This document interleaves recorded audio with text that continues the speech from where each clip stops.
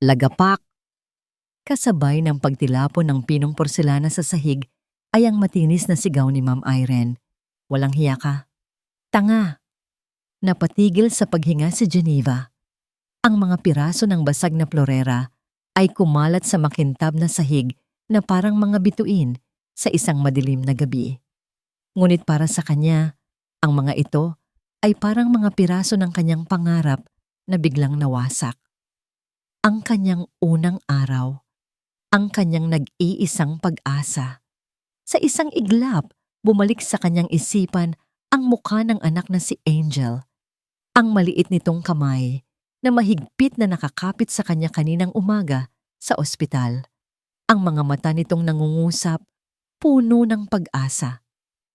Ang perang kikitain niya dito, ang sahod na inaasahan niya, iyon ang magdudugtong sa buhay ng kanyang anak. Ngayon, ang lahat ng iyon ay maaring maglaho dahil lamang sa isang florerang hindi niya sinasadyang nabitawan. Hindi mo ba alam kung magkano yan? Patuloy na sigaw ni Irene.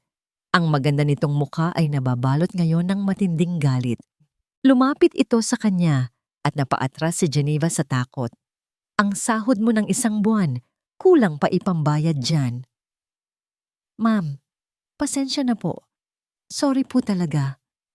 Nanginginig na sabi ni Geneva, habang pinipigilan ng mga luhang nagbabadyang tumulo. Hindi ko po sinasadya. Lahat na lang ba kayong mga probinsyana? Ganyan katanga. Kung hindi ka marunong mag-ingat, dapat hindi ka na lang umalis sa bukid ninyo. Bawat salita ay parang punyal na tumatarak sa puso ni Geneva. Gusto niyang sumagot, gusto niyang ipagtanggol ang sarili, pero pinili niyang yumuko na lamang para kay Angel. Kakayanin niya ang lahat para sa anak niya. Aaron, ano ang nangyayari dito? Isang boses ng lalaki ang pumutol sa galit ni Irene. Mahina ang boses na yon, may bahid ng katandaan, ngunit may bigat at awtoridad. Napalingon sila. Nakatayo sa may pintuan ng malawak na sala si Sir Jacob, nakasuot ng puting pantaas at pajama. Bahagya itong nakasandal sa pader at sa kanyang mga mata ay may bakas ng pag-aalala. Jacob, darling! Biglang nagbago ang tono ni Aaron. Naging malambing ito na parang isang maamong tupa. Itong bago nating katulong, binasag ang paborito kong florera mula sa Italy. Napakatanga. Dahan-dahang lumapit si Sir Jacob. Tiningnan niya ang mga basag na piraso sa sahig. Pagkatapos ay ibinaling ang tingin kay Geneva na takot pa rin. Kasambahay. Malumanay na tanong niya. Ano ang pangalan mo? Geneva po, sir. Halos pabulong niyang sagot. Huwag kang matakot, Geneva, sabi ni Sir Jacob. Isang maliit na ngiti ang sumilay sa kanyang mga labi. Aksidente lang ang lahat. At ang florerang iyan, lumingon siya kay Irene, ay hindi galing sa Italy, Aaron. Binili ko lang iyan sa isang department store noong nakaraang taon. It's okay. Nakita ni Geneva ang pagbabago sa mukha ni Aaron. Isang mabilis na pag-irap at pagkainis bago ito muling ngumiti ng pagkatamis-tamis sa asawa. Oh darling, I'm so sorry. Nag-aalala lang ako sa'yo. Baka masugatan ka sa mga bubog na yan. Ako nang bahala dito, sabi ni Sir Jacob. Kumuha siya ng wallet mula sa kanyang bulsa at naglabas ng 2,000 piso. Inabot niya ito kay Geneva. Ito, Geneva, hindi ito bayad sa florera. Bonus mo ito sa unang araw mo at salamat sa pag-aalaga mo sa bahay na ito. Napatulala si Geneva. Hindi siya makapaniwala. Sir, naku, hindi na po kailangan. Tanggapin mo na. Alam kong kailangan mo ito. Sa kabila ng pagpipigil, isang butil ng luha ang pumatak mula sa mata ni Geneva. Luha ng pasasalamat. Tinanggap niya ang pera at muling yumuko. Salamat na marami po, Sir Jacob. Pangako po, mag-iingat na po ako. Ngumiti lang si Sir Jacob at dahan-dahang bumalik sa kanyang silid. Naiwan si Aaron na masama ang tingin kay Geneva. Walang salitang namutawi sa bibig nito, ngunit sapat na ang kanyang mga mata para iparating ang mensahe. Hindi pa tayo tapos. Nang gabing iyon, Pagkatapos ng mahabang araw ng paglilinis at pagtitiis sa matatalim na tingin ni Ma'am Aaron, nagkulong si Geneva sa kanyang maliit na silid sa servants' quarters. Kinuha niya ang kanyang cellphone at tinawagan ang asawang si Paulo. "Hello, mahal. Kumusta ka dyan?" Bungad agad ng pamilyar na boses mula sa kabilang linya. "Okay lang ako, Paulo," sabi ni Geneva, sinisikap na pasiglahin ang kanyang boses. "Nakakapagod pala dito. Ang laki ng bahay." "Kumusta ang mga amo mo?" Nag-atubili si Geneva. "Si Sir Jacob, napakabait niya. Pero yung asawa niya..." "Bakit? Anong ginawa sa'yo?" Bakas ang pag-aalala sa boses ni Paulo. Ikinuwento ni Geneva ang nangyari sa Florera. Narinig niya ang pagbuntong hininga ng kanyang asawa. "Mag-ingat ka dyan, mahal. Huwag kang gagawa ng ikagagalit nila. Tandaan mo, ginagawa natin to para kay Angel. Tiis lang muna tayo." "Oo, Paulo, para kay Angel." Pagkatapos ng tawag, tinitigan niya ang wallpaper ng kanyang cellphone. Isang larawan ng nakangiting si Angel. Doon siya humugot ng lakas. Kakayanin niya ang anumang pagmamaltrato, anumang pagpapahirap para lamang sa anak niya. Nang maghating gabi na, naisipan niyang lumabas para kumuha ng isang basong tubig. Tahimik na ang buong kabahayan. Ang tanging maririnig ay ang mahinang ugong ng aircon at ang tunog ng kanyang mga tsinelas sa sahig. Habang papalapit siya sa kusina, natigilan siya. May naaninag siyang anino sa hardin, sa may bintana ng sala. Dahan-dahan siyang sumilip mula sa gilid ng pader. Sa dilim ng gabi, sa ilalim ng liwanag ng buwan, nakita niya si Ma'am Irene. Ngunit hindi ito nag-iisa. May kasama itong isang lalaki. Ang lalaki ay matangkad at nakasuot ng polo shirt. Nakatalikod ito sa kanya, kaya hindi niya maaninagan ang mukha. Pero ang ikinagulat ni Geneva ay ang paraan ng kanilang pag-uusap. Sila ay magkalapit na magkalapit, halos magkadikit na ang mga katawan. At pagkatapos, sa gitna ng katahimikan ng gabi, nakita ni Geneva na niyakap ng lalaki si Aaron.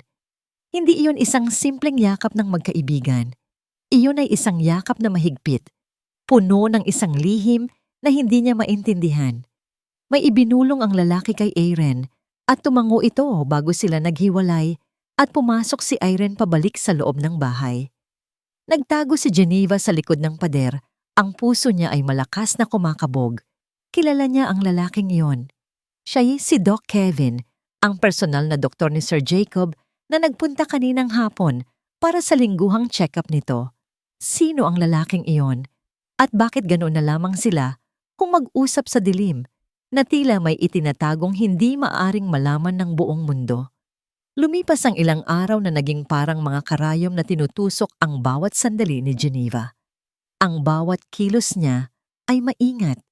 Ang bawat salita ay tinitimbang. Ang imahe ni Ma'am Irene at Doc Kevin sa hardin ay nakatatak sa kanyang isipan. Isang lihim na nagbibigay ng kakaibang bigat sa hangin sa loob ng mansyon. Sinikap niyang ituon ang kanyang atensyon sa trabaho, sa paglilinis ng mga naglalakihang bintana, sa pag-aayos ng malalambot na kama, at sa paghahanda ng pagkain para sa kanyang mga amo. Ngunit habang ang kanyang mga kamay ay abala, ang kanyang mga mata at isipan ay hindi mapakali, nagmamasid, naghihintay. At ang kanyang hinihintay ay dumating ng hapong yon. Ang pamilyar na itim na kotse ni Doc Kevin ay pumarada sa harap ng mansyon. "Magandang hapon, Geneva," bati nito sa kanya nang may isang pilit na ngiti nang pagbuksan niya ito ng pinto. "Magandang hapon po, Doc," magalang niyang sagot, habang sinusundan ito ng tingin papasok sa silid-aklatan kung saan naghihintay si Sir Jacob para sa lingguhang check-up nito. Mula sa sala, habang nagpupunas ng mga muebles, naririnig ni Geneva ang masayang tawanan ni Sir Jacob. Tila ba gumaan ang pakiramdam ng matanda sa tuwing dumarating ang doktor nito. Isang tiwalang-tiwala na pasyente sa kanyang manggagamot. Kung alam lang niya, ang isiping iyon ay nagdulot ng panlalamig sa buong katawan ni Geneva. Natapos ang check-up, ngunit hindi kaagad umalis si Doc Kevin, gaya ng dati Nagtungo ito sa kusina kung saan naroon si Irene na abala sa pag-aayos ng mga bulaklak sa isang florera. Kailangan nating mag-usap, narinig ni Geneva na sabi ni Doc Kevin sa mahinang boses. Nagkunwari si Geneva na abala sa paghuhugas ng mga baso sa lababo, ngunit ang kanyang mga tainga ay nakatutok sa kanila. Hindi dito, sagot ni Irene. Ang boses ay halos pabulong. Mamaya na lang. Irene, kailangan na nating bilisan. Nananalo na naman ako sa kasino kagabi. Sinabi ko nang wag dito. May diing putol ni Irene sa sinasabi ng doktor. Nagkaroon ng ilang segundong katahimikan. Maya-maya, inutusan siya ni Irene. Geneva, ihanda mo kami ng tsa. Dalhin mo sa may veranda. Opo, ma'am. Habang nagtitimpla ng tsaa, pasulyap-sulyap si Geneva sa dalawa na naupo na sa labas. Mula sa bintana ng kusina, kitang-kita niya sila. Seryoso ang kanilang pag-uusap. Walang mga ngiti, tanging mga kunot noo at mabibigat na paghinga. Nang ihatid niya ang tsa, natigilan siya sa kanyang nakita. Ang kamay ni Doc Kevin ay nasa ibabaw ng kamay ni Irene na nakapatong sa mesa. Hindi iyon isang simpleng hawak. May diin. May pahiwatig. Nang mapansin ni Irene na papalapit na siya, mabilis nitong binawi ang kanyang kamay. Salamat, Geneva. Makakaalis ka na. Sabi nito, hindi man lang tumitingin sa kanya. Bumalik si Geneva sa kusina. Ngunit ang imahe ng magkapatong nilang mga kamay ay hindi na maalis sa kanyang isipan. Kinagabihan, pagkatapos uminom ng gamot na personal na inabot ni Doc Kevin kay Sir Jacob bago ito umalis, nagsimulang magreklamo ang matanda. Aray, Irene, ang dibdib ko. Daing ni Sir Jacob habang napahawak sa kanyang dibdib, namutla ito at hirap na sa paghinga. Darling, anong nangyayari sa'yo? Nagpapanik na sigaw ni Irene. Geneva, kumuha ka ng tubig. Bilis! Agad na kumilos si Geneva. Habang inaabutan niya ng tubig si Sir Jacob, napatingin siya sa mukha ni Irene. Nagpapanik ito, oo. Pero sa likod ng pag-aalalang yun, sa isang saglit na pagkurap ng mga mata nito, may nakita si Geneva na ibang emosyon. Isang kislap ng tagumpay. Isang malamig na kislap na nagpatindig sa lahat ng balahibo niya. Nang mahimasmasan si Sir Jacob, inalalayan na siya ni Irene pabalik sa kanilang silid. Naiwan si Geneva sa sala, tulala at nanginginig.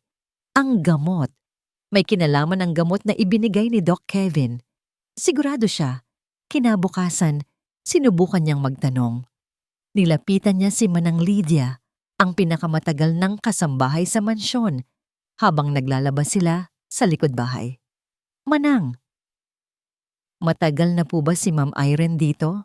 Maingat niyang tanong. Biglang tumigil sa pagkukusot si Manang Lydia at tumingin sa paligid na tila may takot. Bakit mo na itanong? Wala lang po. Napapansin ko lang po kasi na parang may kakaiba po sa kanya. Geneva, seryosong sabi ni Manang Lydia habang hinihinaan ang boses. Huwag kang magtatanong. Huwag kang makikialam. Gawin mo lang ang trabaho mo, tumanggap ka ng sahod, at umuwi ka sa pamilya mo. Mas ligtas ka sa ganoon. Pagkatapos noon ay hindi na muling nagsalita si Manang Lydia. Naintindihan ni Geneva na takot ang matandang kasambahay. At kung si Manang Lydia na matagal na dito ay natatakot, ano pa kaya siya na bago pa lamang ng gabing iyon? Habang nag-aayos siya sa sala bago matulog, naramdaman niyang may nakatayo sa kanyang likuran. Dahan-dahan siyang lumingon. Si Ma'am Irene, nakatayo ito, nakapamaywang, at may isang nangiting hindi abot sa kanyang mga mata. Alam mo, Geneva, panimula nito sa isang boses na malambing ngunit puno ng panganib. Napapansin ko nitong mga nakaraang araw, palagi kang nakatingin, nagmamasid. May hinahanap ka ba? Nanlamig ang mga kamay ni Geneva. Wala po, ma'am. Naglilinis lang po ako. Dahan-dahang lumapit si Irene sa kanya hanggang sa halos isang dangkal na lang ang pagitan nila. Tinitigan siya nito ng diretso sa mata. Isang payo lang, probinsyana. Bulong nito, na may diin sa bawat salita. Sa bahay na ito, mas mabuti kung ang mga mata mo ay nakikita lang ang dapat mong linisin.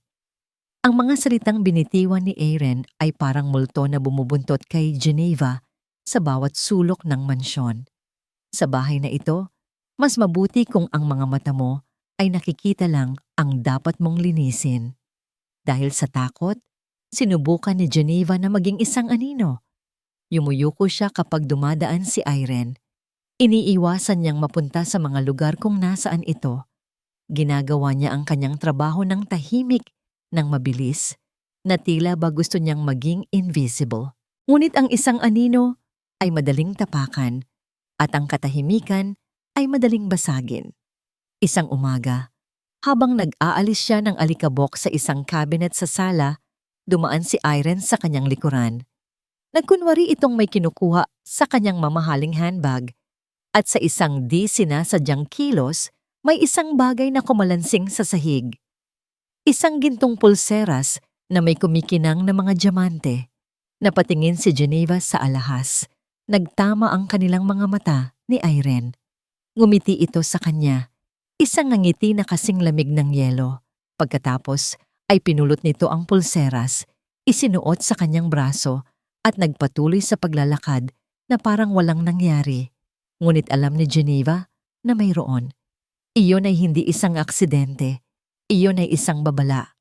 Isang patikim sa kung anong kayang gawin ng kanyang amo.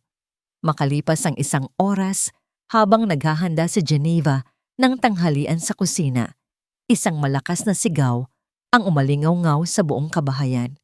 Nasaan ang pulseras ko? Ang pulseras ko nawawala. Boses iyon ni Aaron, puno ng pagkataranta. Lumabas si Geneva mula sa kusina at nakita niya itong naghahalungkat sa kanyang mga gamit sa sala. Ang ibang mga kasambahay ay nagtipon na rin, bakas sa kanilang mga mukha ang takot. Ang ginto kong pulseras, kakasuot ko lang kanina. Siguradong may kumuha, sigaw ni Irene. At pagkatapos, ang kanyang mga mata ay nanlisik at dumapo kay Geneva. Ikaw, turo nito sa kanya. Ikaw lang ang nandito sa sala kanina. Nasaan na? Ilabas mo. Po? Ma'am, wala po akong kinukuha. Nanginginig na sagot ni Geneva. Huwag ka nang magsinungaling magnanakaw. Lumapit si Irene at hinablot ang braso ni Geneva. Halughugin ang gamit niyan. Ngayon din. Dalawang kasambahay sa utos ni Irene ang nag-aatubiling pumasok sa silid ni Geneva. Narinig niya ang kalabog ng kanyang mga gamit na inihahagis. Bawat tunog ay parang isang sampal sa kanyang pagkatao. Aha! Ano ito? Sigaw ng isang kasambahay mula sa loob. Lumabas ito na may hawak-hawak na pamilyar na kumikinang na pulseras. Napatulala si Geneva. Paanong nangyari iyon? Ayan na! Ang katibayan! Sigaw ni Irene na parang isang hukom na naghahatol. Tatawag ako ng pulis para mabulok ka sa kulungan. Hindi po. Hindi po sa akin yan. Hindi po ako magnanakaw. Humagulgol si Geneva. Napaluhod siya at ang mga luha ay tuluyan ng bumuhos mula sa kanyang mga mata para kay Angel. Paano na si Angel kung makukulong siya? Ma'am, parang awa niyo na po. May anak po akong nagkakasakit. Kailangan ko po ng trabaho. Hindi ko po magagawa yan. Ang drama mo. Yan ang estilo ng mga magnanakaw na tulad mo. Sa gitna ng kaguluhan, muling lumitaw ang boses na nagpatigil sa lahat. Anong nangyayari dito, Irene? Si Sir Jacob, nakatayo at nakahawak sa kanyang tungkod. Ang mukha ay puno ng pagkalito at pag-aalala. Darling, itong si Geneva. Nahuli namin sa akto. Ninakaw niya ang pulseras ko. Isumbong ni Irene habang yakap-yakap ang asawa at umiiyak na parang isang biktima. Tumingin si Sir Jacob sa umiiyak na si Geneva na nakaluhod sa sahig. Tumingin siya sa pulseras at pagkatapos ay muli kay Geneva. Dahan-dahan siyang lumapit. Geneva, tumayo ka. Mahinahon niyang sabi. Pinilit ni Geneva na tumayo kahit na ang kanyang mga tuhod ay parang gelatin sa panginginig. Tinitigan siya ni Sir Jacob ng diretso sa mata. Ang mga mata ng matanda ay hindi mapanghusga. Ang mga yon ay naghahanap ng katotohanan. Sir, maniwala po kayo sa akin. Hindi ko po ninakaw yan. Isang bitag po ang lahat. Halos hindi na niya masabi ang mga salita sa tindi ng kanyang pag-iyak. Sinasabi mo bang sinungaling ako, ha? Sigaw ni Irene. Tumahimik ka, Erin. Saway ni Sir Jacob sa asawa. Sa unang pagkakataon ay may bahid ng inis sa kanyang boses. Muli siyang humarap kay Geneva. Pagkatapos ng ilang segundong katahimikan, nagsalita siya. Naniniwala ako sa iyo, Geneva. Isang pangungusap lang yon, pero para kay Geneva, iyon ang pinakamahalagang salitang naririnig niya sa buong buhay niya. Darling, what? Gulat na tanong ni Erin. Ibalik mo sa kanya ang sahod niya. Utos ni Sir Jacob sa isa pang kasambahay. At ikaw, Geneva, bumalik ka na sa iyong trabaho. Tapos na ang usapang ito. Tumalikod na si Sir Jacob at dahan-dahan na bumalik sa kanyang silid na tila ayaw nang marinig pa ang anumang sasabihin ng kanyang asawa. Naiwan si Erin na nakatayo. Ang kanyang mukha ay hindi maipinta. Tumingin ito kay Geneva at sa pagkakataong yon, ang nakita niya sa mga mata nito ay hindi na lang galit. Iyon ay purong pagkamuhi. Isang pagkamuhi na nagsasabing, magbabayad ka sa ginawa mo. Nang gabing iyon, hindi mapakali si Geneva. Nagpunta siya sa kusina para uminom ng tubig nang marinig niya ang mahinang pagtatalo mula sa silid-aklatan. Boses iyon ni Irene at ni Doc Kevin. Dahan-dahan siyang lumapit sa pintuan, sapat lang para marinig ang kanilang pinag-uusapan. Palpak ang plano mo, Irene. Lalo mo lang siyang ginawang kampante sa matanda. Galit na sabi ni Doc Kevin. Huwag mo akong sisihin. Ganti ni Irene, ang boses ay nanginginig sa galit. Hindi ko akalain na maniniwala ang hukluban na yon sa isang hamak na katulong. May ilang sandaling katahimikan. Kailangan na nating bilisan, sabi ni Irene. Ang boses ay puno ng determinasyon at panganib. Nagiging problema na ang katulong na yan. Hindi na takot ang nangingibabaw sa dibdib ni Geneva. Iyon ay naging isang malamig at matigas na determinasyon. Ang bitag ng pulseras ang nagtulak sa kanya sa bingit. Ngunit ang kabutihan ni Sir Jacob ang nagbigay sa kanya ng dahilan para lumaban. Hindi na ito para lamang sa perang pampaopera ni Angel. Ito ay para na rin sa utang na loob. Para sa konsensya. Para sa isang matandang niloloko at unti-unting pinapatay sa sarili nitong pamamahay. Nang gabing iyon, sa kanyang maliit na silid, habang yakap-yakap ang larawan ni Angel, tinawagan niya si Paulo. Kailangan niya ng lakas. Kailangan niyang marinig ang boses ng kanyang asawa. Mahal, kumusta? Bungad ni Paulo, ngunit agad na himigan ng bigat sa boses ni Geneva. May problema ba? Pinag-initan ka na naman ba ng amo mo? Hindi, Paulo. Mas malala pa roon. Sagot ni Geneva, ang boses ay nanginginig. Ikinuwento niya ang buong pangyayari, ang pagtatanim ng ebidensya, ang pagtatanggol sa kanya ni Sir Jacob, at ang narinig niyang pag-uusap ni Irene at Doc Kevin. Katahimikan ang sumagot sa kabilang linya. Ilang sandali pa, nagsalita si Paulo. Ang boses ay puno ng takot. Geneva, umalis ka na dyan. Delikado yan. Huwag kang makialam sa gulo nila. Paano na lang si Angel kung mapahamak ka? Iyon na nga, Paulo Giit ni Geneva. Ang mga luha ay nagsimula nang mamuo sa kanyang mga mata. Paano ko haharapin si Angel kung alam kong hinayaan kong may masamang mangyari sa taong handang tumulong sa atin? Utang natin sa kanya ang buhay ng anak natin. Pero hindi natin trabaho na maging bayani. Ang trabaho natin ay mabuhay. At anong klase ng buhay ang ipapakita natin kay Angel? Isang buhay kung saan nagbubulag-bulagan tayo sa kasamaan? Huminga siya ng malalim, pinipigilan ng hikbi. Hindi ko kaya, Paulo. May kailangan akong gawin. Kailangan kong makahanap ng ebidensya. Narinig niya ang malalim na pagbuntong hininga ni Paulo. Mag-iingat ka. Mahal, doblehin mo ang pag-iingat mo. Tawagan mo ako agad kung may mangyari. Pagkababa ng telepono, naramdaman ni Geneva ang pagtibay ng kanyang loob. Hindi na siya nag-iisa. Ang kanyang pagkakataon ay dumating kinabukasan. Pagkatapos ng almusal, masayang nagpaalam si Aaron kay Sir Jacob. Darling, I'll go to the salon and then meet some friends for lunch. Si Doc Kevin na ang sasama sa iyo mamaya para sa physical therapy mo. Sabi nito, kasabay ng isang matamis na halik sa pisngi ng matanda. Isang halik na sa paningin ni Geneva ay kasing laso ng ahas. Hinintay niyang makaalis ang sasakyan ni Aaron. Hinintay niyang pumasok si Doc Kevin sa silid ni Sir Jacob. Ito na ang pagkakataon niya. Ang puso niya ay kumakarera. Bawat tibok ay parang isang malakas na tambol sa loob ng kanyang dibdib. Dahan-dahan siyang umakyat sa ikalawang palapag patungo sa master's bedroom. Isang lugar na ipinagbabawal sa mga katulong maliban na lang kung maglilinis at kasama si Irene. Ang bawat hakbang niya sa makapal na carpet ay parang isang malaking kasalanan. Nang nasa tapat na siya ng pinto, huminga siya ng malalim bago dahan-dahang pinihit ang seradura. Bumukas ito nang walang tunog. Sumalubong sa kanya ang malamig na hangin mula sa aircon at ang matapang na amoy ng pabango ni Irene. Malinis ang silid. Perpekto ang pagkakaayos ng lahat.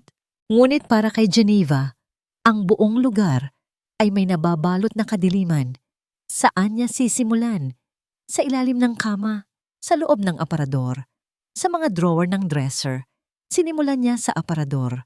Mga naglalakihang damit na may tatak, mga sapatos na mas mahal pa sa isang taon niyang sahod. Walang kahina-hinala. Isinara niya ito ng maingat. Sunod niyang tiningnan ang bedside table. Mga libro, lotion, at isang larawan nina. Irene at Sir Jacob noong kanilang kasal. Ngumiti si Sir Jacob sa larawan, isang ngiti na puno ng pag-asa. Napailing si Geneva. Ang kanyang mga mata ay napadako sa isang kahon ng alahas na nakapatong sa ibabaw ng dresser. Gawa ito sa mamahaling kahoy at may mga disenyong pilak. Iyon lang ang tanging lugar na posibleng may itinatago. Dahan-dahan siyang lumapit. Nanginginig ang kanyang mga kamay habang binubuksan niya ang takip nito. Bumungad sa kanya ang kumikinang na mga kwintas, hikaw at singsing. Hinawi niya ang mga ito at sa ilalim ng isang pulang telang sapin, nandoon ang hinahanap niya. Hindi alahas, 3 maliliit na bote, yari sa maitim na salamin, walang pangalan, walang etiketa. Ang laman nito ay isang likidong bahagyang malapot at walang kulay. Kinuha niya ang isa, malamig sa kanyang palad. Ito na yon. Sigurado siya. Ito ang dahilan kung bakit unti-unting nanghihina si Sir Jacob. Mabilis niyang kinuha ang kanyang mumurahing cellphone mula sa bulsa. Hindi malinaw ang kamera nito, pero sapat na. Kailangan niya ng ebidensya. Click! Ang tunog ng kamera ay parang putok ng baril sa katahimikan ng silid. Kinuhanan niya ng litrato ang 3 bote ng magkakasama. Click! Kinuhanan niya ang bawat bote ng malapitan. Click! Nang akmang kukuhanan niya pa ng isang anggulo, isang pamilyar na tunog ang pumunit sa katahimikan mula sa di kalayuan. Ang ugong ng isang papalapit na sasakyan. Nabitawan niya ang cellphone sa ibabaw ng malambot na kama. Nanlaki ang kanyang mga mata. Si Ma'am Irene, bumalik ito. Hindi niya inaasahan na ganoon kabilis. Nataranta siya. Mabilis niyang isinara ang kahon ng alahas, ibinalik sa dating pwesto. Dinampot niya ang kanyang cellphone. Narinig niya ang paghinto ng sasakyan sa harap mismo ng mansyon. Wala na siyang oras para lumabas sa pinto. Makikita siya. Ang tanging pag-asa niya ay ang pinto na nagdudugtong sa walk-in closet. Mabilis siyang pumasok doon, isinara ang pinto ng dahan-dahan at nagtago sa likod ng mahahabang bestida ni Irene. Ilang sandali pa, narinig niya ang pagbukas ng pinto ng kwarto at ang boses ni Irene na kausap ang sarili. Naiwan ko pala ang wallet ko. Tsik, Ang tanga ko talaga. Narinig ni Geneva ang mga yabag na papalapit. Papalapit sa closet kung saan siya nagtatago. Napapikit siya ng mariin, pinipigilan ang kanyang paghinga. Ito na ang katapusan niya. Nakatayo sa likod ng mga mababangong bestida ni Irene. Naging isang estatwa si Geneva. Ang tanging gumagalaw sa kanya ay ang marahas na pagkabog ng kanyang puso. Bawat segundo ay parang isang oras.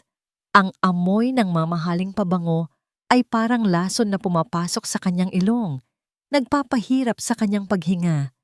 Narinig niya ang pagbukas at pagsara ng mga drawer, ang kalansing ng mga susi. Pagkatapos ay ang boses ni Irene, malapit na malapit. Ayun, nasa ibabaw lang pala ng kama. Mga yabag. Papalayo. Papunta sa pinto ng silid. Umalis ka na. Umalis ka na po. Dasal ni Geneva sa kanyang isip. Narinig niya ang pag-click ng seradura. At pagkatapos, katahimikan. Nagbilang siya ng 10 sa kanyang isip bago dahan-dahang sinilip ang siwang ng pinto ng closet. Wala ng tao. Mabilis ngunit walang ingay siyang lumabas ng kwarto. Ang mga paa ay tila lumulutang sa sahig. Hindi siya huminga ng maluwag hanggang sa makapasok siya sa kanyang sariling silid at maisara ang pinto. Napasandal siya sa pinto, nanginginig ang buong katawan. Tiningnan niya ang hawak niyang cellphone, ang mga litrato, ang ebidensya. Muntik na siyang mahuli, ngunit nagtagumpay siya. Nang medyo kumalma na siya, binuksan niya ang kanyang phone at hinanap ang pangalan ng kanyang kaibigan na si Marites, isang nursing aide sa isang pampublikong ospital. Nag-type siya ng mensahe, maingat sa bawat salitang ginagamit. Te pasuyo naman, may tita kasi ako na binigyan ng gamot, kaso walang pangalan, sabi ng albularyo. Pampalakas daw ng puso. Pwede mo bang ipakita sa kakilala mong pharmacist para lang makasiguro? Salamat. Isinama niya ang 3 pinakamalinaw na litrato ng mga bote at pinindot ang send. Ang mga sumunod na oras ay isang pagpapahirap. Sinubukan niyang magtrabaho, nagpunas siya ng sahig, nag-ayos ng mga halaman. Ngunit ang kanyang katawan lang ang gumagalaw. Ang kanyang isip at kaluluwaan ay nasa cellphone na nakasuksok sa kanyang bulsa. Naghihintay sa pag-vibrate nito. Bawat tunog sa mansyon ay nagpapakaba sa kanya. Bawat sulyap ni Irene ay parang isang akusasyon. Habang naglilinis siya sa sala, nakita niya si Sir Jacob na nakaupo sa paborito nitong silya. Nakikinig sa isang lumang tugtugin habang nakapikit. Mukha itong payapa, ngunit sa ilalim ng payapang anyo na yon, nakikita ni Geneva ang panghihina nito. Ang balat nitong bahagyang naninilaw. Ang mabagal nitong paghinga. Isang matinding awa at galit ang sabay na bumalot sa kanyang puso. Awa para sa mabait na matanda at galit para sa mga taong walang awang niloloko ito. Biglang nag-vibrate ang cellphone sa kanyang bulsa. Halos mapatalon siya sa gulat. Mabilis siyang nagtungo sa kusina kung saan walang ibang tao. Nanginginig ang mga kamay niya habang binubuksan ang mensahe. Galing kay Marites. Geneva, nasaan mo nakuha yan? Pinakita ko sa kaibigan kong pharmacist. Hindi yan gamot sa puso. Isang klase yan ng kemikal na pampabagal ng tibok ng puso. Kapag isinabay yan sa regular na maintenance medicine para sa puso, unti-unting sisirain yan ang muscle ng puso. Magmumukha lang na lumalala ang sakit niya hanggang sa tuluyan na siyang atakihin. Isang panghuling mensahe ang sumunod. At ang pinakamasama, halos walang bakas na iniiwan yan sa sistema ng katawan pagkatapos ng ilang araw. Parang natural na atake, sa puso lang ang kalalabasan. Itapon niyo yan. Delikado yan. Nabitiwan ni Geneva ang basahan na hawak niya. Nanlamig ang kanyang buong katawan at ang kulay sa kanyang mukha ay tila hinigop ng sahig. Hindi ito basta pandaraya. Ito ay isang plano ng pagpatay. Isang perpektong krimen. Pinapatay nila si Sir Jacob, dahan-dahan, walang bakas, walang ebidensya. Napatingin siya sa kawalan Ang mga salita ni Marites ay paulit-ulit na tumatakbo sa kanyang isipan. Parang natural na atake sa puso lang. Geneva. Napapitlag siya at mabilis na itinago ang cellphone. Si Irene, nakatayo sa may pintuan ng kusina, may dalang isang baso ng orange juice. Isang malamig na ngiti ang nakapaskil sa mga labi nito. Lumapit ito sa kanya at iniabot ang baso. "Pakidala ito kay Sir Jacob," sabi nito sa isang boses na kasing tamis ng lason. Oras na para sa gamot niya. Nakatitig lang si Geneva sa baso ng orange juice. Ang kulay kahel na likido ay parang kumukulong kamandag sa kanyang paningin. Alam niya, ramdam niya, maaaring naroon sa loob ng basong yon ang isa sa mga chemical mula sa maitim na bote. Ang baso ng orange juice sa kamay ni Geneva ay parang isang bombang sasabog anumang oras. Ang kanyang mga paa ay tila may sariling isip, ayaw gumalaw, ayaw sumunod sa utos ng kanyang amo. "Ano pang tinatayo-tayo mo dyan? Bingi ka ba?" Sigaw ni Irene, nawawala na ang pagtitimpi. Napalunok si Geneva, kailangan niyang gumawa ng paraan. Hindi niya hahayaang mainom ni Sir Jacob ang lason na yon. Nagsimula siyang maglakad palabas ng kusina. Ang bawat hakbang ay mabigat. Habang papalapit siya sa sala, kung nasaan si Sir Jacob, bumuo ng isang desperadong plano ang kanyang isipan. Isa, dalawa, tatlong hakbang. Pagdating niya sa may pintuan, bigla siyang napatid sa isang hindi nakikitang bagay sa sahig. Lag! Ang baso ay lumipad mula sa kanyang kamay at bumagsak sa sahig na may malakas na kalabog. Ang mga piraso ng bubog at ang orange juice ay kumalat sa makintab na tiles. "Ano ba? Tanga! Boba! Palagi ka nalang pabigat!" Sunod-sunod na sigaw ni Irene. Lumapit ito at dinuro-duro siya. "Hindi ka na natuto! Wala kang kwentang katulong!" Yumuko lang si Geneva, hinahayaan ang sarili na maligo sa mga masasakit na salita. Mas gugustuhin na niya iyon kaysa maging kasangkapan sa isang pagpatay. "Sorry po, ma'am. Nadulas po ako. Pasensya na po," sabi niya habang nanginginig. "Linisin mo yan at wag na wag ka nang magpapakita sa akin ngayong araw na to." Mabilis na tumalima si Geneva. Habang nagpupunas ng sahig, pasimple niyang sinulyapan si Sir Jacob na nag-aalalang nakatingin sa kanya. Nginitian niya ito ng bahagya. Isang lihim na mensahe na nagsasabing, "Okay lang po ako." Ang insidenteng iyon ay nag-iwan ng matinding tensyon sa buong kabahayan. Pakiramdam ni Geneva ay bawat kilos niya ay binabantayan ni Irene na tila isang agilang naghihintay ng pagkakataong Manila. Nang gabing iyon, naghanda si Irene ng isang espesyal na hapunan. May mga kandila, mamahaling alak, at masasarap na pagkain. Isang sorpresa raw para kay Sir Jacob. "Para saan ang lahat ng ito, mahal ko?" tanong ni Sir Jacob. Ang mukha ay nagliliwanag sa saya habang nakaupo sila sa hapagkainan. Mukha pa rin itong mahina, ngunit ang nangiti nito ay totoo. "Basta, darling, mayroon lang akong magandang balita para sa'yo," sagot ni Irene. Ang boses ay malambing. Mula sa gilid ng kusina, nagmamasid si Geneva. Isang malamig na kaba ang gumapang sa kanyang dibdib. "Anong balita ito? Isa na namang kasinungalingan, isa na namang bitag." Pagkatapos nilang kumain, tumayo si Irene. Kinuha niya ang isang baso ng alak at kinalansing ito gamit ang isang kutsara para makuha ang atensyon ng lahat. "Jacob, darling," panimula niya, ang kanyang mga mata ay nagbabadyang lumuha. Inilagay niya ang isang kamay sa kanyang tiyan. "Alam kong matagal mo nang hinihiling na maging buo muli ang pamilya mo, na magkaroon ng bagong pag-asa sa bahay na ito." Huminto siya, hinahayaan ang bawat salita na mag-iwan ng bigat sa hangin. "Darling, ang dasal mo, ang dasal natin, ay dininig na." Isang luha ang pumatak sa kanyang pisngi. "Magiging tatay ka na ulit, Jacob. Buntis ako. Kung mayroon mang tunog ang pagbagsak ng mundo, Para kay Geneva, iyon na iyon. Nakita niya ang pagbabago sa mukha ni Sir Jacob. Mula sa pagkalito, papunta sa pagkabigla, at sa huli, sa isang purong hindi mapantayang kaligayahan.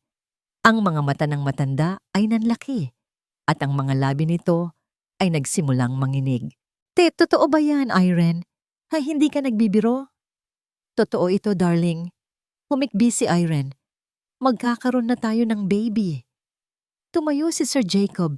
Nanginginig ang mga tuhod at niyakap ng mahigpit ang kanyang asawa. Umiyak ang matanda sa balikat ni Irene. Isang iyak ng kaligayahan, ng pasasalamat, ng katuparan ng isang matagal ng pangarap. Nakatayo si Geneva sa sulok ng kusina, hindi makagalaw. Parang sinemento ang kanyang mga paa sa sahig. Isang anak. Iyon ang sandata na hindi niya kayang labanan. Iyon ang kastilyong hindi niya kayang gibain. Paano pa niya maipagtatanggol si Sir Jacob ngayon? Paano niya sasabihin na ang babaeng nagdadala ng himala sa buhay nito ay isa palang demonyo? Sino ang maniniwala sa kanya? Sa sandaling iyon, naramdaman ni Geneva ang pagguho ng lahat ng kanyang pag-asa. Talo na siya. Ang kasamaan ay nanalo na. Hating gabi na nang matapos siyang magligpit. Ang buong bahay ay tahimik na, ngunit ang kanyang isipan ay maingay. Habang naglalakad siya pabalik sa kanyang silid, napadaan siya sa silid-aklatan. Bahagyang nakabukas ang pinto, may mahinang ilaw sa loob, at may boses siyang narinig. Boses yun ni Irene, nakikipag-usap sa telepono. Dahil sa kuryosidad at sa isang masamang kutob, maingat siyang sumilip. Nakatalikod si Irene, nakatingin sa labas ng bintana. Ang boses nito ay hindi na malambing. Ito ay malamig at puno ng tagumpay. Oo, naniwala siya. Umiyak pa nga ang matanda sa tuwa. May sandaling katahimikan. Perpekto ang lahat. Ngayong buntis na ako, wala nang makakapigil sa atin. Muli itong huminto. Nakikinig sa kabilang linya. Pagkatapos ay tumawa ito ng mahina. Isang tawang nagpatindig sa lahat ng balahibo ni Geneva. Ang mana. Ang lahat ng yaman niya. Mapupunta sa anak natin, Kevin. Ang mga salitang narinig ni Geneva ay hindi lang bumasag sa kanyang puso. Dinurog nito ang kanyang kaluluwa. Mapupunta sa anak natin, Kevin. Hindi lang pala ito simpleng pagnanasa sa pera. Ito ay isang masalimuot na plano para ganap na agawin ang lahat. Ang yaman, ang pangalan, ang buong pagkatao ni Sir Jacob. Ang himala na ipinagdiriwang ng buong kabahayan ay isa palang kasinungalingan, isang ahas na ipapasok sa paraiso para tuklawin ang may-ari nito. Nang gabing iyon, hindi nakatulog si Geneva. Nakahiga siya sa kanyang kama, nakatitig sa madilim na kisame habang ang kanyang isipan ay naglalakbay sa isang bagyo ng galit, takot at kawalan ng pag-asa. Paano niya ito lalabanan? Wala siyang pera, wala siyang kapangyarihan. Isa lang siyang hamak na kasambahay na anumang oras ay pwedeng palayasin. Ang salita niya laban sa salita ng isang buntis na asawa ng milyonaryo. Isa itong biro. Isang malagim na biro. Ngunit sa tuwing ipipikit niya ang kanyang mga mata, nakikita niya ang mukha ni Sir Jacob, ang mga mata nitong puno ng luha ng kaligayahan. At pagkatapos ay ang mukha ni Angel, ang anak na tinuturuan niyang maging tapat at mabuti. Anong mukha ang ihaharap niya sa kanila kung susuko na lang siya?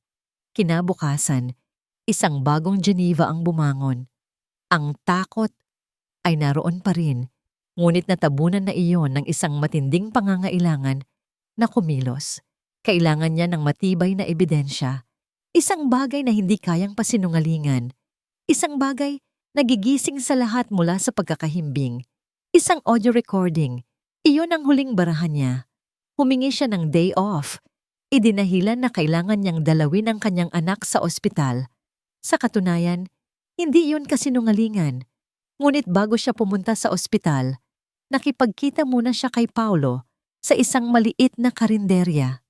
"Paulo, tulungan mo ako." Bungad agad ni Geneva. Ang kanyang mga mata ay desperado. "Geneva, pinag-usapan na natin to. Delikado," sagot ni Paulo, puno ng pag-aalala. "Mas delikado kung wala tayong gagawin," giit niya. "Pinapatay na nila ang matanda, Paulo. At ngayon, gagamitin pa nila ang isang inosenteng sanggol para makuha ang lahat." Ikinuwento niya ang narinig niyang usapan sa telepono. Nakita ni Geneva ang pagbabago sa muka ng kanyang asawa. Ang pag-aalala ay napalitan ng galit. Ang pag-aalinlangan ay napalitan ng determinasyon. Sa wakas, naintindihan na ni Paulo ang bigat ng sitwasyon. "Anong kailangan mong gawin ko?" tanong nito. "Kailangan ko ng voice recorder. Yung pinakamaliit na mahahanap mo. Yung hindi madaling makita," sabi ni Geneva. "At kailangan ko ng lakas ng loob mo." Ginamit ni Paulo ang kaunti nilang ipon para bumili ng isang state-of-the-art na voice recorder. Kasing liit lang ng isang butones, ngunit kayang kumuha ng malinaw na tunog kahit sa malayo. "Ito na, mahal," sabi ni Paulo nang ibigay niya ito kay Geneva sa labas ng ospital. "Pero mangako ka sa akin, kung pakiramdam mo ay mahuhuli ka, iwanan mo na lang yan. Mas mahalaga ang buhay mo." Tumango si Geneva habang mahigpit na hinahawakan ng maliit na device. Iyon ang kanilang huling pag-asa. Bumalik siya sa mansyon kinagabihan. Ang kanyang puso ay kumakabog na parang isang kabayong tumatakbo. Naghihintay siya ng tamang pagkakataon. Ang pagkakataon ay dumating kinabukasan habang si Sir Jacob ay nasa session ng physical therapy at si Irene naman ay naliligo. Alam niyang ang silid-aklatan ang paboritong lugar ng mag-asawa para sa kanilang mga pribadong pag-uusap. Pumasok siya sa silid-aklatan na may dalang basahan at feather duster. Nagkunwari siyang naglilinis. Mabilis na gumala ang kanyang mga mata sa paligid, naghahanap ng perpektong taguan. Sa ilalim ng telepono, masyadong halata. Sa likod ng mga libro, madaling makita. Pagkatapos ay napansin niya ang ilalim ng malaking mesa ni Sir Jacob. May isang maliit na espasyo sa pagitan ng kahoy kung saan perpektong magkakasya ang maliit na device. Nang walang sinasayang na sandali, lumuhod siya na parang nagpupunas ng sahig at mabilis na idinikit ang voice recorder sa ilalim ng mesa. Sa pinakatagong bahagi nito, pinindot niya ang record button. Nang tumayo siya, pakiramdam niya ay gumaan ang kanyang dibdib. Nagawa niya. Ang bitag ay naitanim na. Ang kailangan na lang niyang gawin ay maghintay. Nagpatuloy siya sa paglilinis, sinusubukang maging normal. Ngunit ang bawat minuto ay parang isang pagsubok. Bawat tunog ay nagpapakaba sa kanya. Ilang oras ang lumipas. Pumasok si Irene sa silid-aklatan para tumawag sa telepono. Narinig ni Geneva ang boses nito, ngunit tungkol lang sa salon at pamimili ang pinag-uusapan. Pagkatapos ay pumasok si Doc Kevin. Nag-usap sila, ngunit tungkol lang sa kalusugan ni Sir Jacob. Halos mawalan na ng pag-asa si Geneva. Paano kung wala siyang makuha? Paano kung nasayang lang ang lahat? Kinagabihan, bago matulog, dumaan siya ulit sa silid-aklatan para kuhanin na sana ang recorder. Ngunit natigilan siya. Nasa loob si Irene, may kausap na naman sa telepono. At sa pagkakataong ito, narinig niya ang pangalan ni Doc Kevin. Dahan-dahan siyang umatras. Babalikan na lang niya ito bukas. Hahayaan niyang manatili doon ang recorder. Baka sakali lang. Kinabukasan, habang abala ang lahat, palihim siyang pumasok muli sa silid-aklatan. Ngunit bago pa man siya makalapit sa mesa, isang malamig na boses ang pumigil sa kanya. "Naghahanap ka ba ng isang bagay, Geneva?" Napatigil si Geneva. Dahan-dahan siyang lumingon. Nakatayo sa may pintuan si Irene, nakapameywang. Ang kanyang mga mata ay parang mga punyal. At sa kanyang kamay, hawak-hawak niya ang isang maliit, itim na bagay na kumikinang sa ilaw. Ang voice recorder. "Ano ito, Geneva?" tanong ni Irene. Habang dahan-dahang lumalapit sa kanya, ang bawat hakbang ay puno ng panganib. Naghahanap ka ba ng ikamamatay mo? Naging yelo ang dugo sa mga ugat ni Geneva. Ang maliit na itim na bagay sa palad ni Irene ay hindi lang isang voice recorder.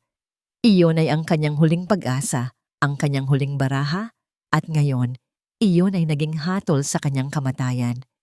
Saan? Saan niyo po nakuha yan, ma'am? Nauutal niyang tanong, kahit alam na niya ang sagot. Isang mapang-asar na ngiti ang gumuhit sa mga labi ni Irene. Sa ilalim ng mesa. Magaling ka sanang magtago, Geneva, pero hindi sapat. Iniangat ni Irene ang recorder sa tapat ng kanyang mukha. Akala mo ba matatalo mo ako? Akala mo ba maniniwala sila sa isang hamak na probinsyanang katulad mo? Hindi nakasagot si Geneva. Ang kanyang dila ay parang nakatali. Pakinggan natin kung may nakuha ka, sabi ni Irene at pinindot ang play button. Ang tanging narinig nila ay ang mahinang ugong ng aircon at ang kaluskos ng mga papel. Walang boses, walang ebidensya. Masyado siyang naging maingat.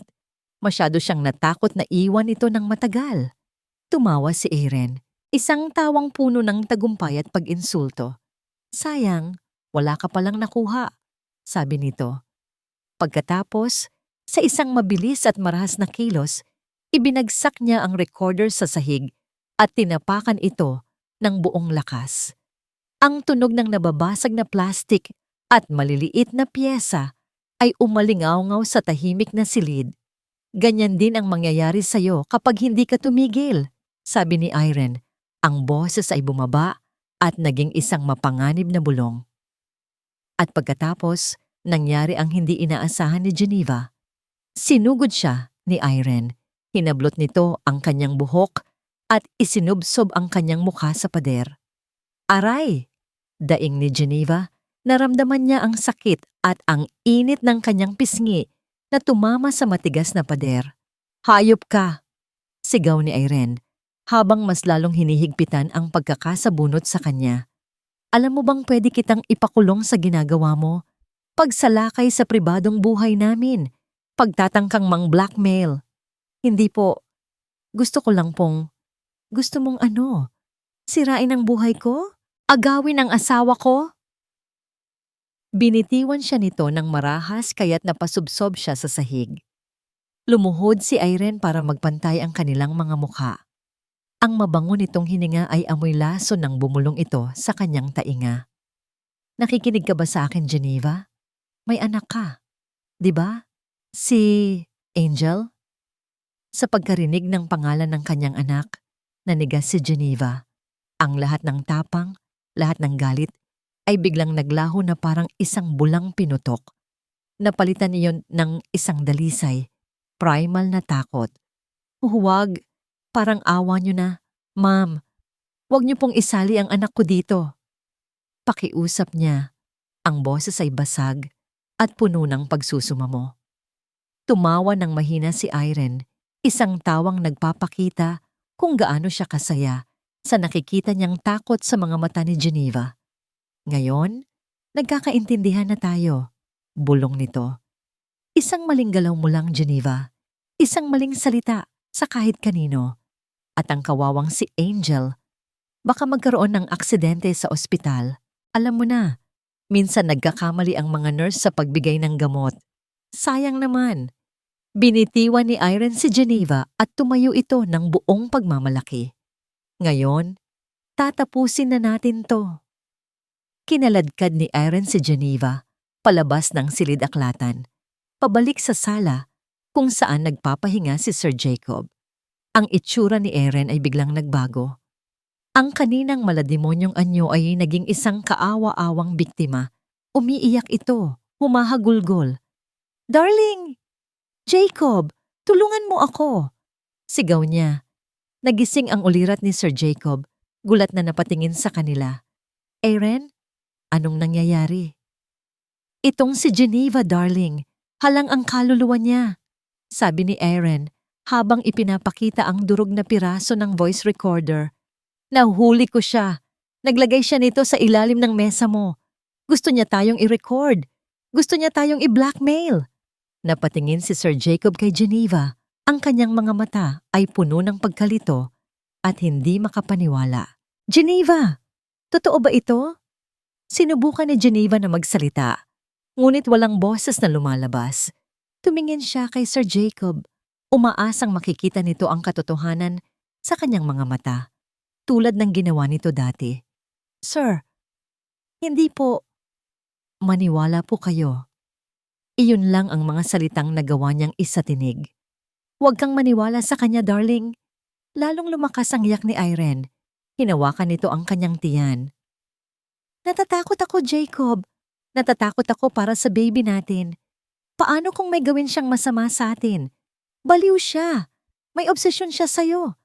Ang salitang baby ang nagpabago sa lahat. Nakita ni Geneva ang paglamlam ng mga mata ni Sir Jacob.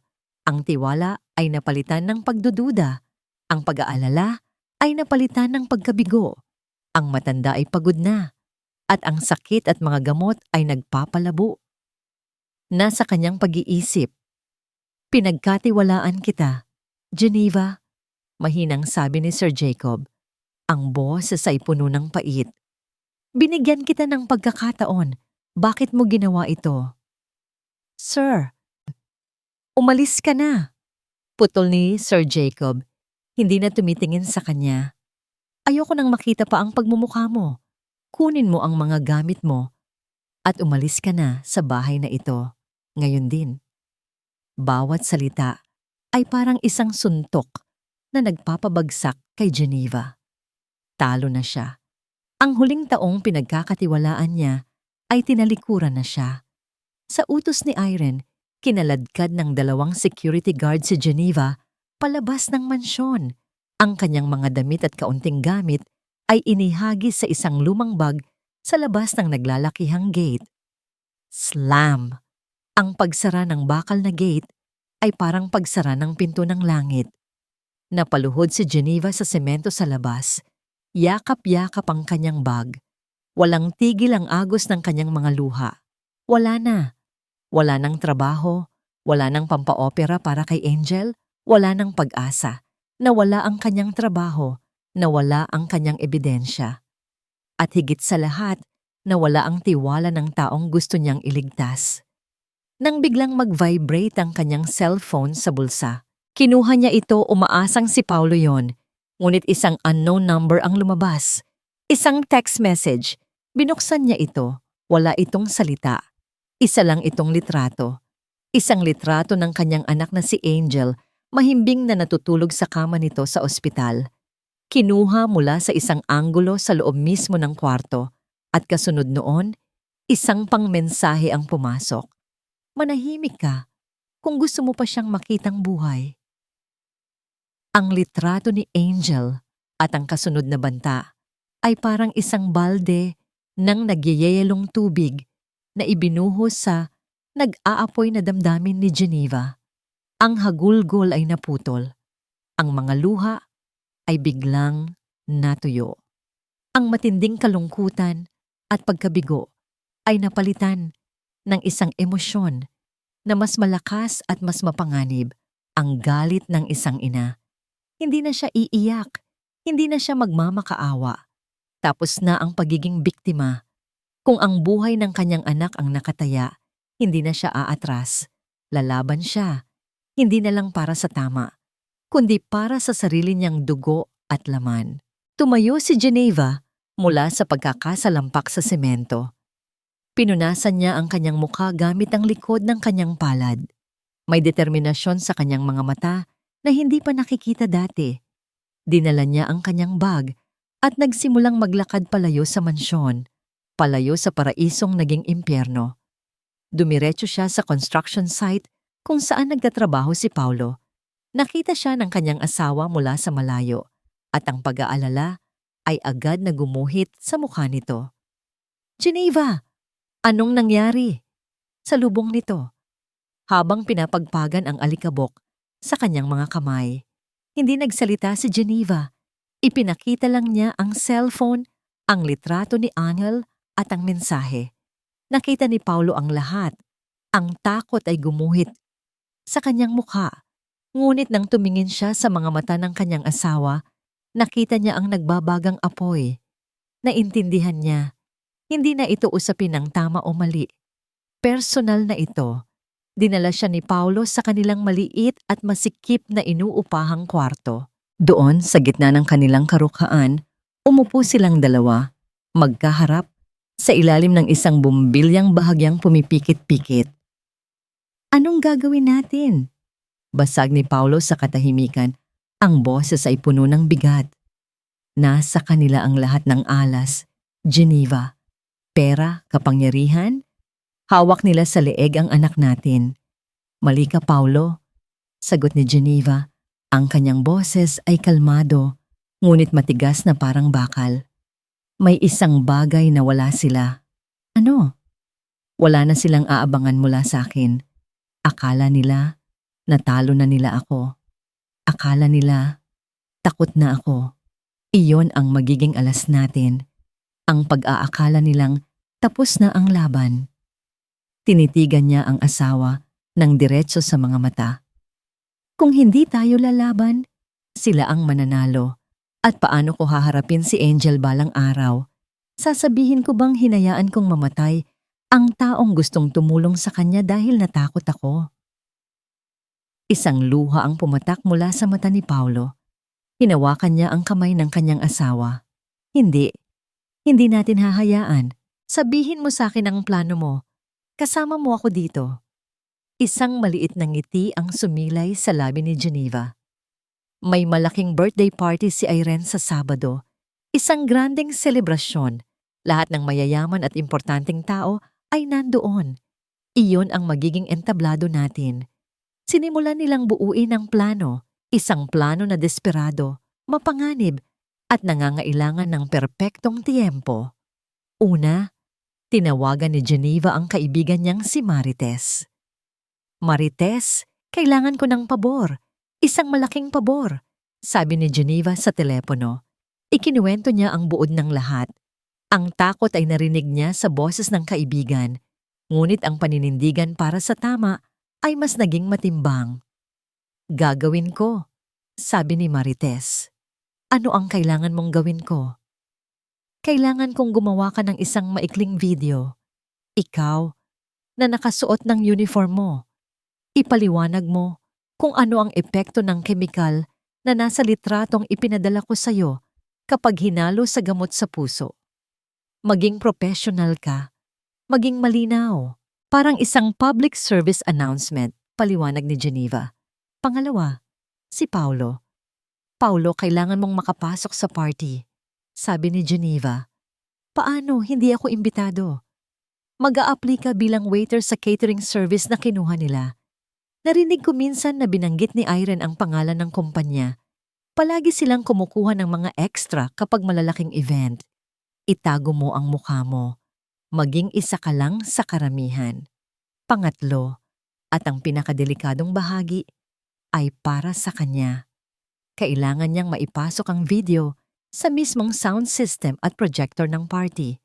Kailangan niyang mahanap ang technical booth. Paano mo gagawin yan? Nag-aalalang tanong ni Paulo. Hindi ko pa alam, pero gagawa ako ng paraan.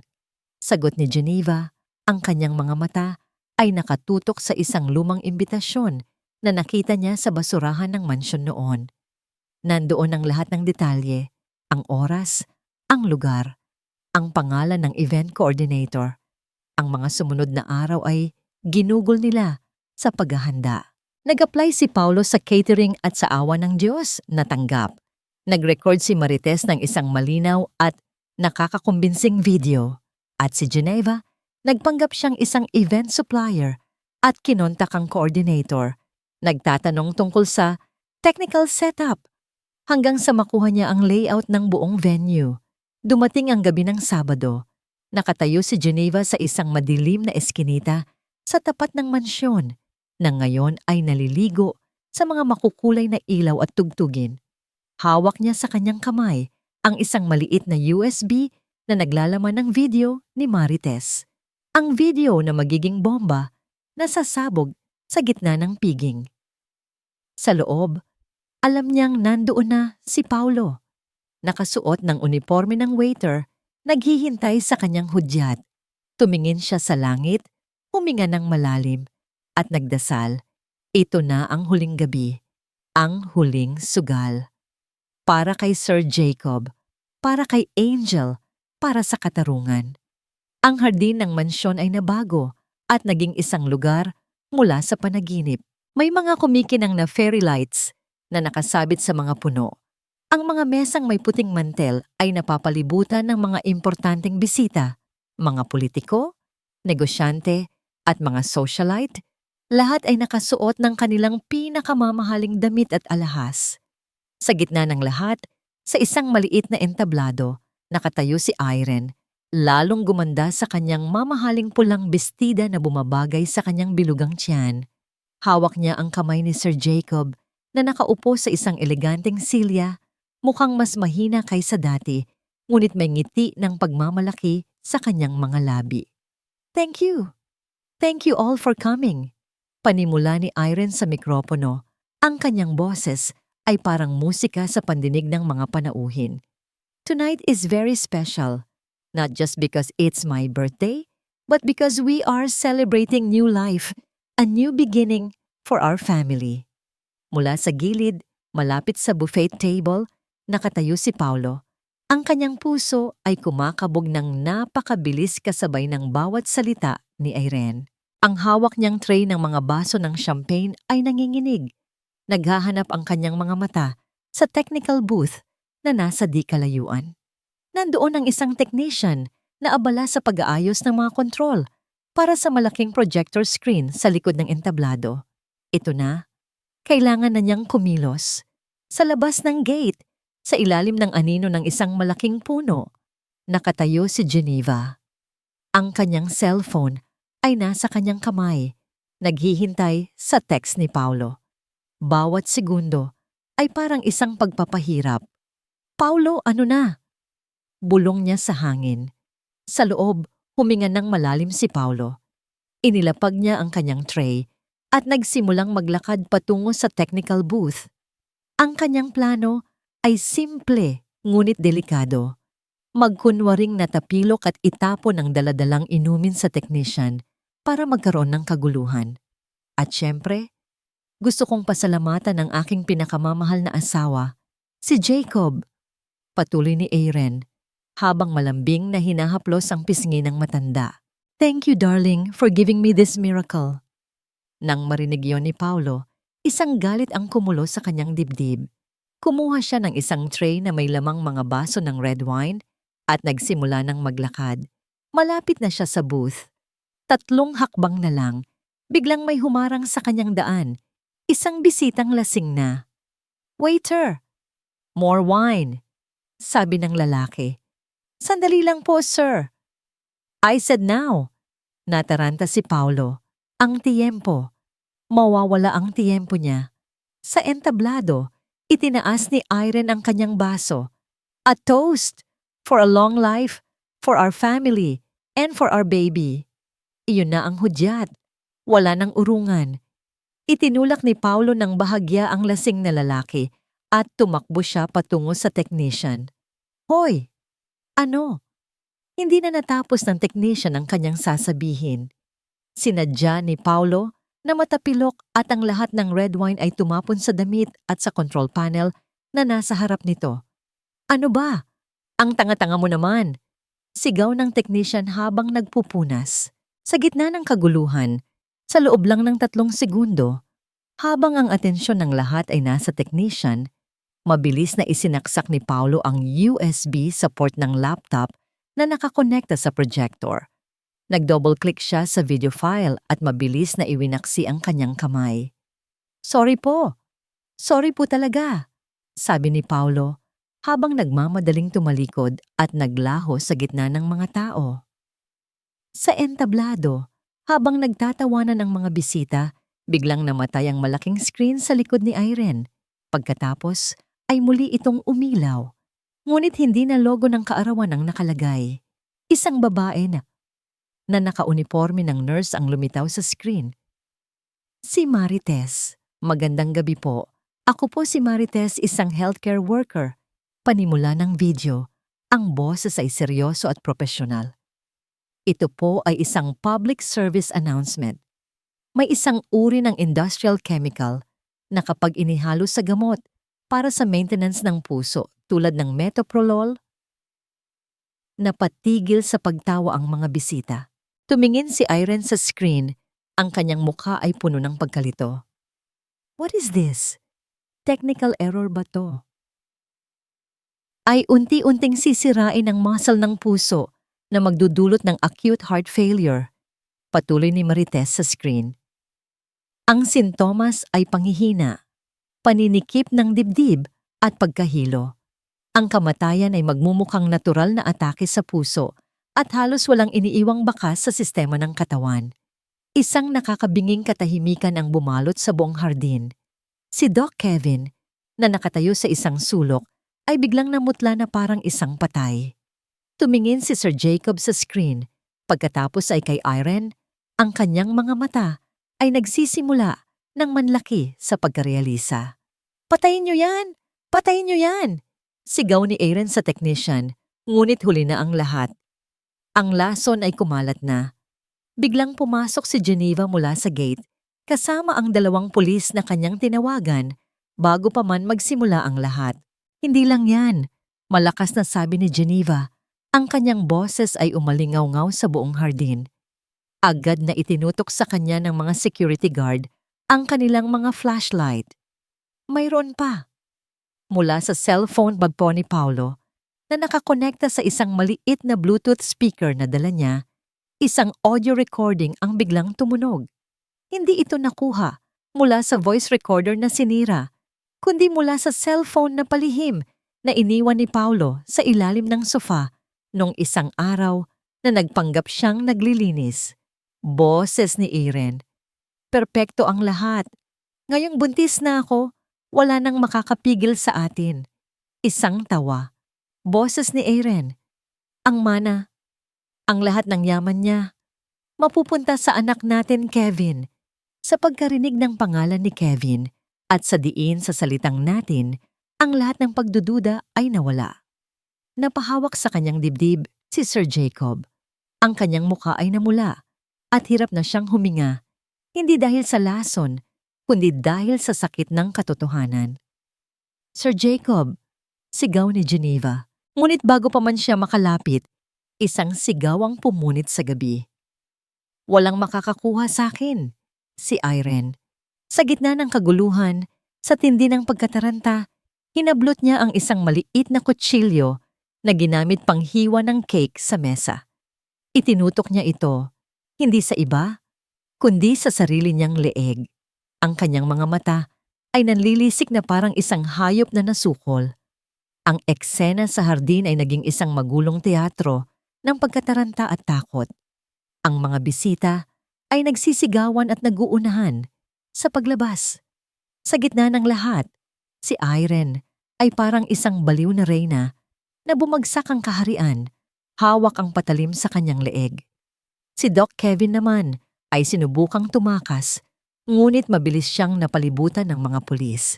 Huwag kayong lalapit! Sigaw ni Irene habang nanginginig ang kamay na may hawak na kutsilyo. Isang hakbang niyo pa! Itutuloy ko to! Habang ang atensyon ng lahat ay nakay Irene, si Sir Jacob ay napahawak sa kanyang dibdib at dahan-dahang bumagsak mula sa kanyang upuan. Sir Jacob! Sigaw ni Geneva. Agad siyang tumakbo, hindi papunta kay Irene, kundi sa tabi ng matanda. Hindi na mahalaga ang drama. Ang mahalaga ay ang buhay na nasa bingit ng kamatayan. Tawagan niyo ang ambulansya. Bilis! Utos ni Geneva sa mga pulis. Ang pagkilos na yon ni Geneva ang tila gumising sa lahat. Nakita ng mga pulis ang kanilang prioridad. Mabilis na kumilos ang isa para tawagan ang emergency services, habang ang isa naman, isang mas may edad at bihasang opisyal, ay dahan-dahang lumapit kay Irene. Ma'am, sabi ng pulis sa isang kalmadong boses, ibaba niyo po ang kutsilyo. Walang mangyayaring masama sa inyo. Pag-usapan natin to. Magsinungaling. Papatayin niyo ako sa kulungan. Masisiguro ko sa inyo na magiging patas ang batas. Isipin niyo ang dinadala niyo, sabi ng pulis, tinitingnan ang tiyan ni Irene. Hindi niya kasalanan ang lahat ng ito. Ang pagbanggit sa sanggol ang nagpabago sa lahat. Tumingin si Irene sa kanyang tiyan at sa isang saglit, ang galit sa kanyang mga mata ay napalitan ng isang emosyon na hindi pa nakikita ni Geneva dati. Pagsisisi. Isang butil ng luha ang pumatak mula sa kanyang mata. At sa pagbagsak ng luhang yon, bumagsak din ang kanyang panlaban. Nabitiwan niya ang kutsilyo at napahagulgol siya sa sahig. Mabilis siyang nilapitan ng mga pulis at pinusasan kasama si Doc Kevin na hindi na nakapalag. Dumating ang ambulansya at mabilis na isinakay si Sir Jacob. Sa gitna ng kaguluhan, isang paramedic ang lumingon kay Geneva. Sino po ang kamag-anak? Nagkatinginan si Geneva at Paulo. Walang ibang naroon para sa matanda. Ako po, sabi ni Geneva nang walang pag-aalinlangan. Ako po ang kasama niya. Sumakay sila sa ambulansya. Iniwan ang durog na piging, ang mga nagkalat na bubog ng champagne, at ang mga pangarap na naging isang bangungot. Ang mga sumunod na araw ay ginugol ni Geneva sa ospital. Hindi niya iniwan ang tabi ni Sir Jacob. Malubha ang naging atake nito, hindi dahil sa lason, kundi dahil sa matinding pagkabigla at kabiguan. Ngunit sa tulong ng mga doktor at sa walang sawang pag-aalaga ni Geneva, unti-unti itong nagpakita ng senyales ng paggaling. Isang hapon, idinilat ni Sir Jacob ang kanyang mga mata. Ang unang mukhang nakita niya ay ang pagod, ngunit nag-aalalang mukha ni Geneva. Diba? Mahinang sabi ng matanda. Sir, gising na po kayo, sabi ni Geneva, habang pinipigilan ng kanyang mga luha. Huwag po kayong mag-alala, ligtas na po kayo. Sinubukan ni Sir Jacob na magsalita, ngunit pinigilan siya ni Geneva. Huwag na po muna kayong magsalita, sir. Magpagaling po muna kayo. Isang luha ang gumulong sa pisngi ng matanda. Hinawakan nito ng mahigpit ang kamay ni Geneva. Sa hawak na yon, nandoon ang lahat ng salitang hindi niya masabi. Ang pasasalamat, ang pagsisisi sa hindi niya paniniwala, ang paghingi ng tawad. Ilang linggo ang lumipas. Isang balita sa telebisyon ang nag-ulat na si Aaron at Doc Kevin ay nahatulan ng habambuhay na pagkabilanggo para sa kasong attempted murder at pamimeke. Ang sanggol ay isinilang sa loob ng kulungan at ipinaampon sa isang malayong kamag-anak ni Irene, isang bagong buhay na malayo sa kasalanan ng kanyang mga magulang. Nang makalabas si Sir Jacob sa ospital, ang unang ginawa niya ay ipinatawag si Geneva at Paulo. Hindi ko alam kung paano ko kayo pasasalamatan, sabi ng matanda, na ngayon ay nasa wheelchair ngunit may bagong liwanag sa kanyang mga mata. Iniligtas ninyo ang buhay ko. Ibinigay ninyo sa akin ang katotohanan. Ginawa lang po namin ang tama, sir. Sagot ni Paulo. Ang utang na buhay ay hindi nababayaran ng pera lang, sabi ni Sir Jacob. Pero hayaan ninyo akong subukan. Hindi lang niya binayaran ang lahat ng gastusin sa operasyon ni Angel na naging matagumpay. Nagbukas din siya ng isang trust fund para sa edukasyon ng bata hanggang sa kolehiyo. At isa pa, sabi ng matanda, ang mansyon ay masyadong malaki para sa isang matandang katulad ko. Masyado itong malungkot. Ayokong tumira doon mag-isa. Tumingin siya sa kanila. Tirahan ninyo. Ituring ninyo akong pamilya. Ilang buwan pagkatapos noon, ang dating malungkot na mansyon ay napuno ng tawanan ng isang bata. Si Angel, malusog at masigla, ay tumatakbo sa hardin habang itinutulak ni Geneva ang wheelchair ni Sir Jacob. Nakangiti si Sir Jacob, isang ngiting totoo at payapa, habang pinapanood ang bata. Isang hapon, habang nagkakape sila sa veranda, may isang sulat na dumating para kay Sir Jacob, galing sa kanyang nag-iisang anak na matagal na niyang hindi nakikita. Nalaman daw nito ang lahat ng nangyari mula sa balita. Humihingi ito ng tawad at nagsasabing uuwi na ito para makasama siyang muli. Napatingin si Geneva sa asawa niyang si Paulo na karga-karga si Angel. Tumingin siya kay Sir Jacob na umiiyak sa tuwa habang binabasa ang sulat. Tumingin siya sa maliwanag na sikat ng araw. Sa huli, naisip niya, ang tunay na yaman ay hindi nasusukat sa dami ng pera o sa laki ng bahay. Ito ay nasusukat sa katapatan, sa tapang na ipaglaban ng tama, at sa pagmamahal ng isang pamilyang hindi man magkadugo ay pinagbuklod naman ng puso. Ang liwanag, kahit gaano katagal magtago, ay palaging hahanap ng paraan para manaig sa dilim.